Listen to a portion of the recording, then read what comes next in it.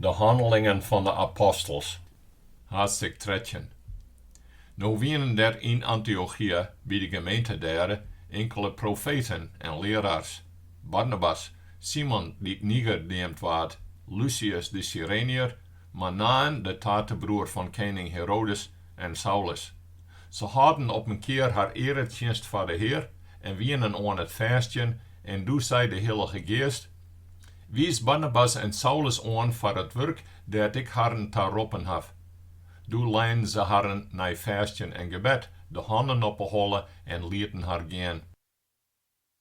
Zo kwamen die mannen, uitstuurd door de Heilige Geest, in Syrië aan, en daarbij zeilden ze naar Cyprus. Na haar aankomst in Salamis verkondigen ze het woord van God in de synagogen van de Joden. Ze hielden ook Johannes bij haar om haar te helpen. Doet ze het hele eiland aanreis gehienen aan Paphos ta, troffen ze daar een Joods man, dat een tsjoender, een valske profeet weer. Die heet Bar-Jezus. Hij jette bij het gevolg van de gouverneur Sergius Paulus. Dat wie een verstandig man. Die liet Barnabas en Saulus bij hem komen en wou graag het woord van God jaren. Maar Elimas de tsjoender, want zo kan men zijn naam oorzetten, ziet haar een dwers.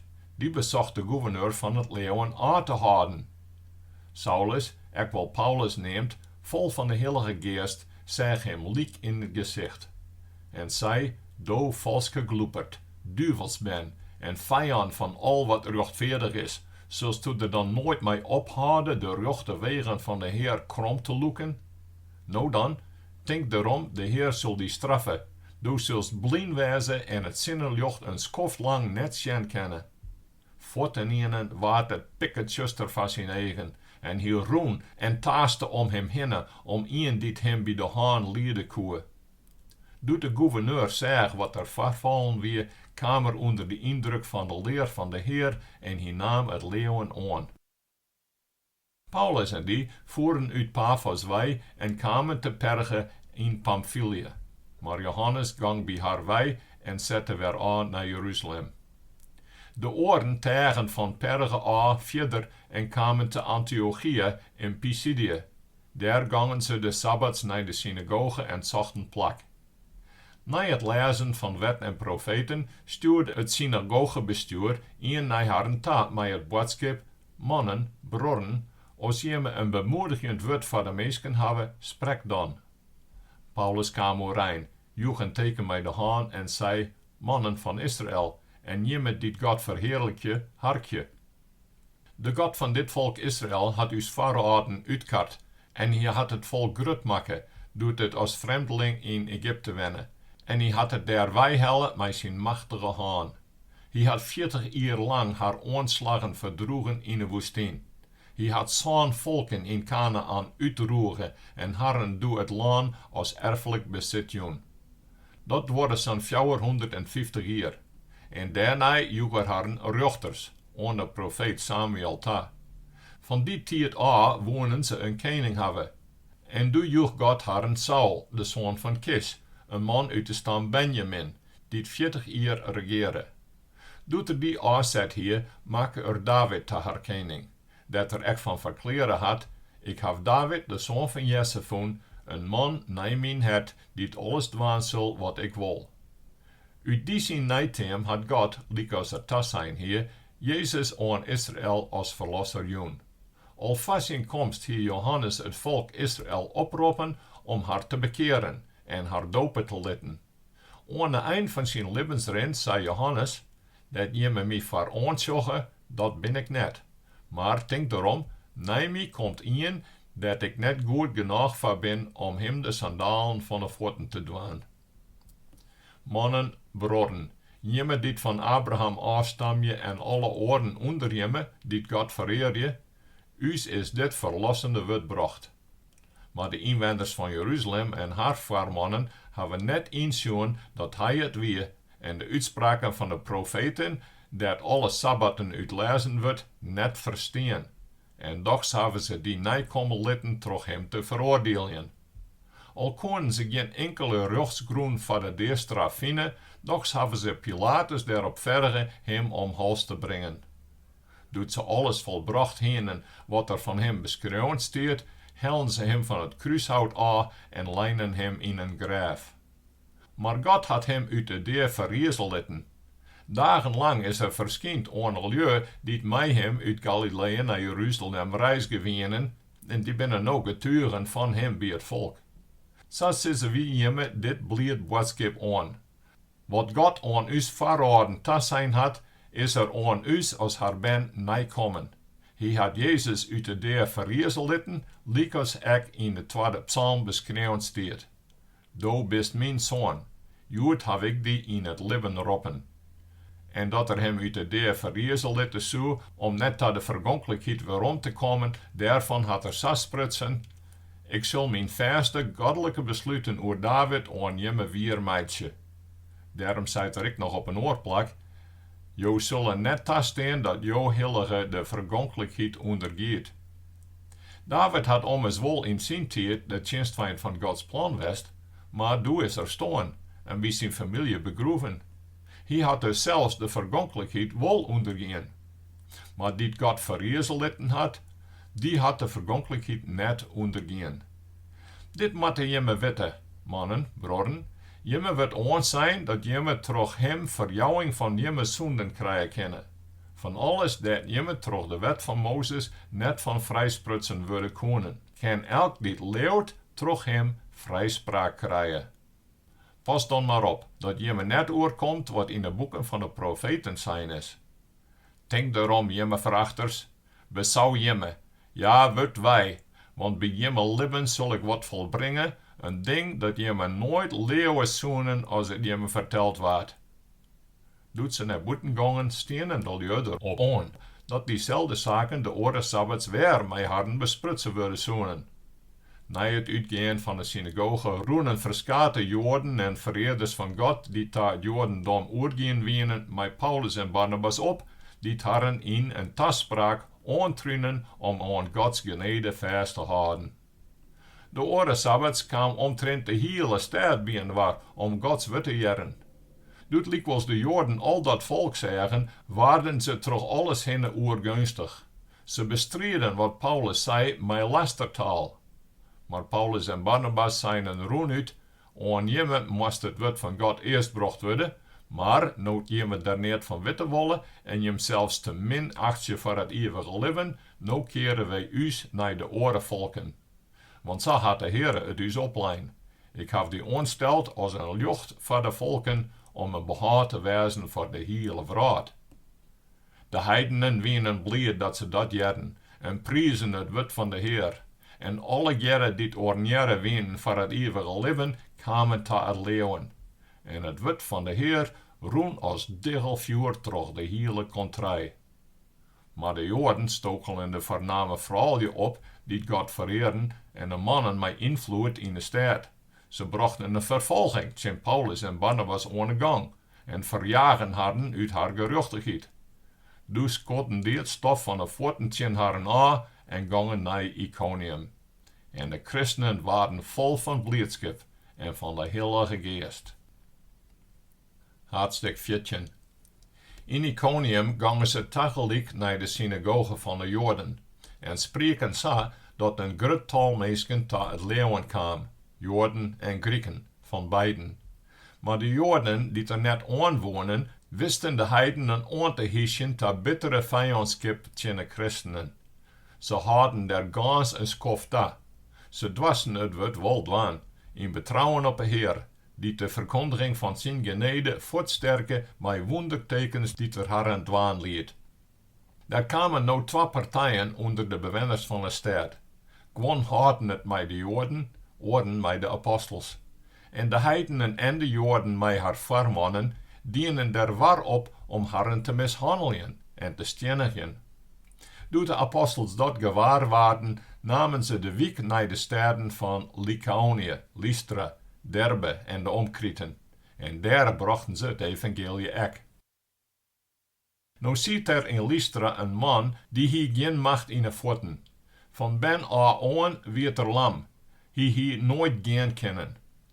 Wilst naar Paulus taspraak ziet te harken, nam die hem rust goed op. en doet vernaam dat de man het leeuwen hier om beter worden te kennen, zei lood, geen do recht op die voeten staan. Du sprong er rein en stapte heen en weer.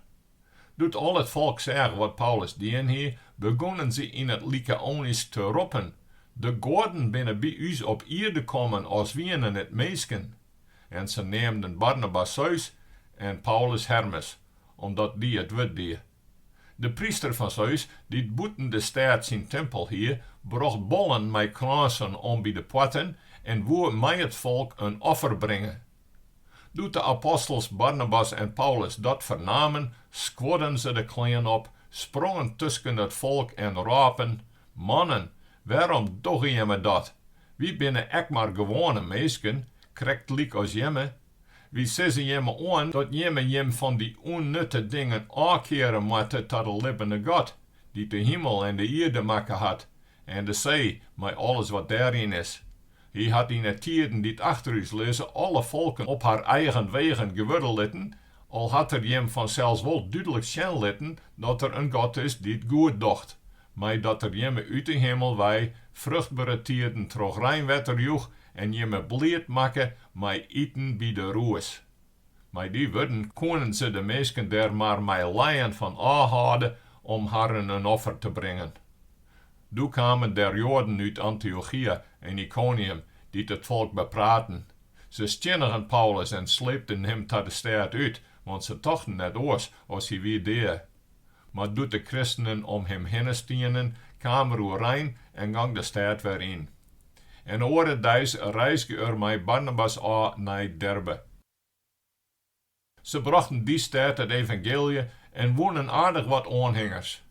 Toen gingen ze werom naar Lystra, Ikonium en Antiochië, spreken de gemeenteleden moed in en stenen erop dat ze trouw bloeien zonen aan het leeuwen.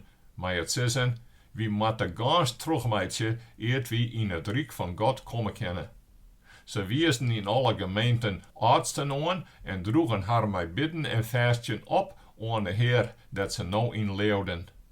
Toen reisden ze terug Pisidië en kwamen in Pamphylië en nadat ze in Perge het evangelie verkondigen gingen, kwamen ze in Italia aan de kust.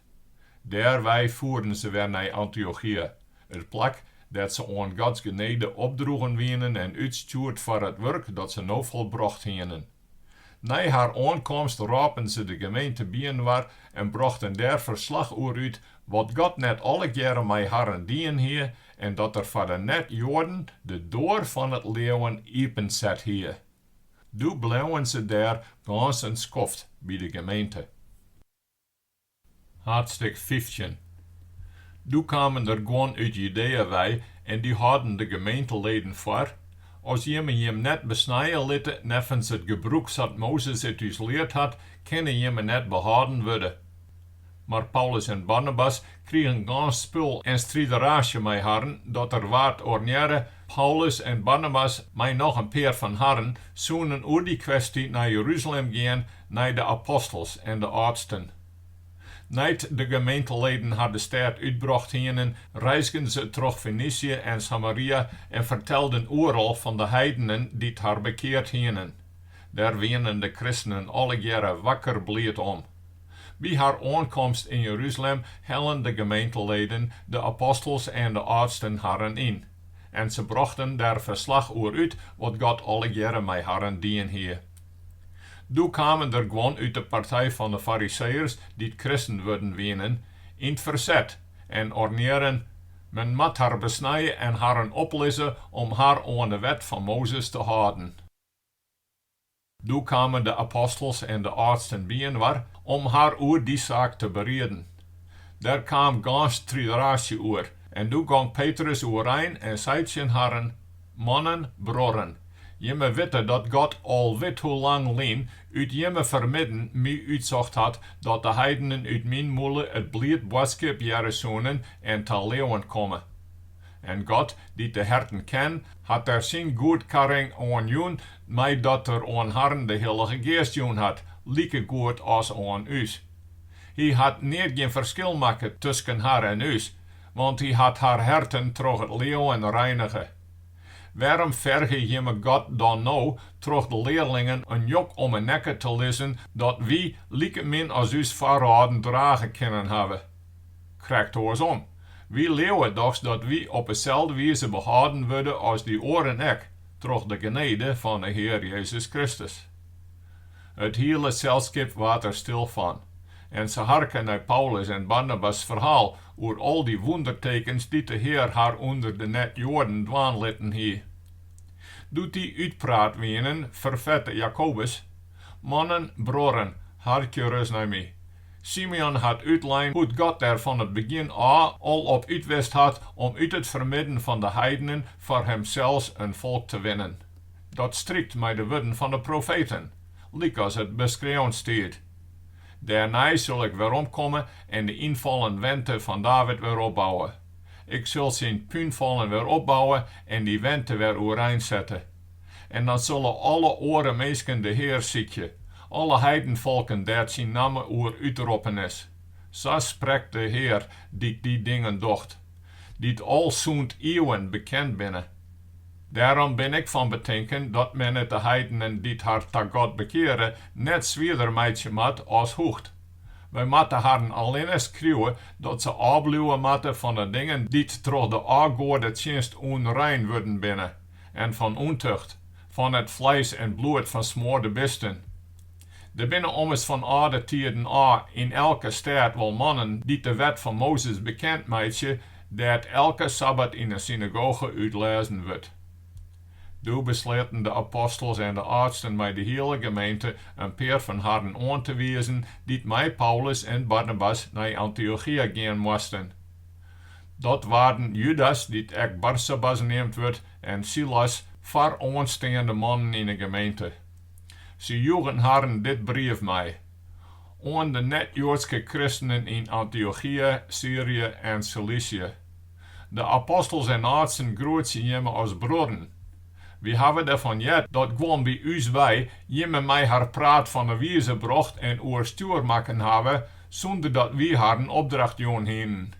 Daarom hebben we mij algemene stemmen besloten gewoon aan te wijzen om naar jemme tot te gaan met us vrienden Barnabas en Paulus. Mensen die haar leven wegen hebben voor us Heer Jezus Christus. Zo hebben we dan Judas en Silas stjoerd die jemme hetzelfde ek mondeling meedelen zullen. Want de Heilige Geest en wij binnen tot het besluit komen jemme verder geen verplichting op te lezen als deze noodzakelijke dat jemme afbluwen zullen van vlees dat van goaden offers komt, vlees van versmoorde besten, van bloed en van ontucht. Jemme zullen er goed aan dwaan jem daar vrij van te houden. Het mij jemme goed gaan. Toen namen ze afscheid en gingen naar Antiochië. Ze rapen de gemeente bijeen en joegen de brief oer. Die werd voorlezen en de lui wien wakker bleed om de bemoedigende woorden. En Judas en Silas, dat zelfs ook profeten wienen, spreken lang met de broeren om haar te bemoedigen en te versterken. Ze bleven daar een schoft en toen lieten de broeren haar met de vredegroet werom gaan naar haar opdrachtjouwers. Maar Paulus en Barnabas bleven nog in Antiochië. Ze joegen daar onderjocht en brachten met gans oren het blied boodschap van de Heer. Maar een schoftje later zei Paulus tegen Barnabas, laat ons nog eens de bronnen opzoeken in alle steden dat we het woord van de Heer bracht hebben, om te zien hoe het met haren is. Toen wou Barnabas Johannes, die ook Marcus neemt wordt, ook mij hebben. Maar Paulus weer vol op zin de man mee te nemen die in Pamphylia bij haren wij gaan weer en haren voor het werk opstroepel letten hier.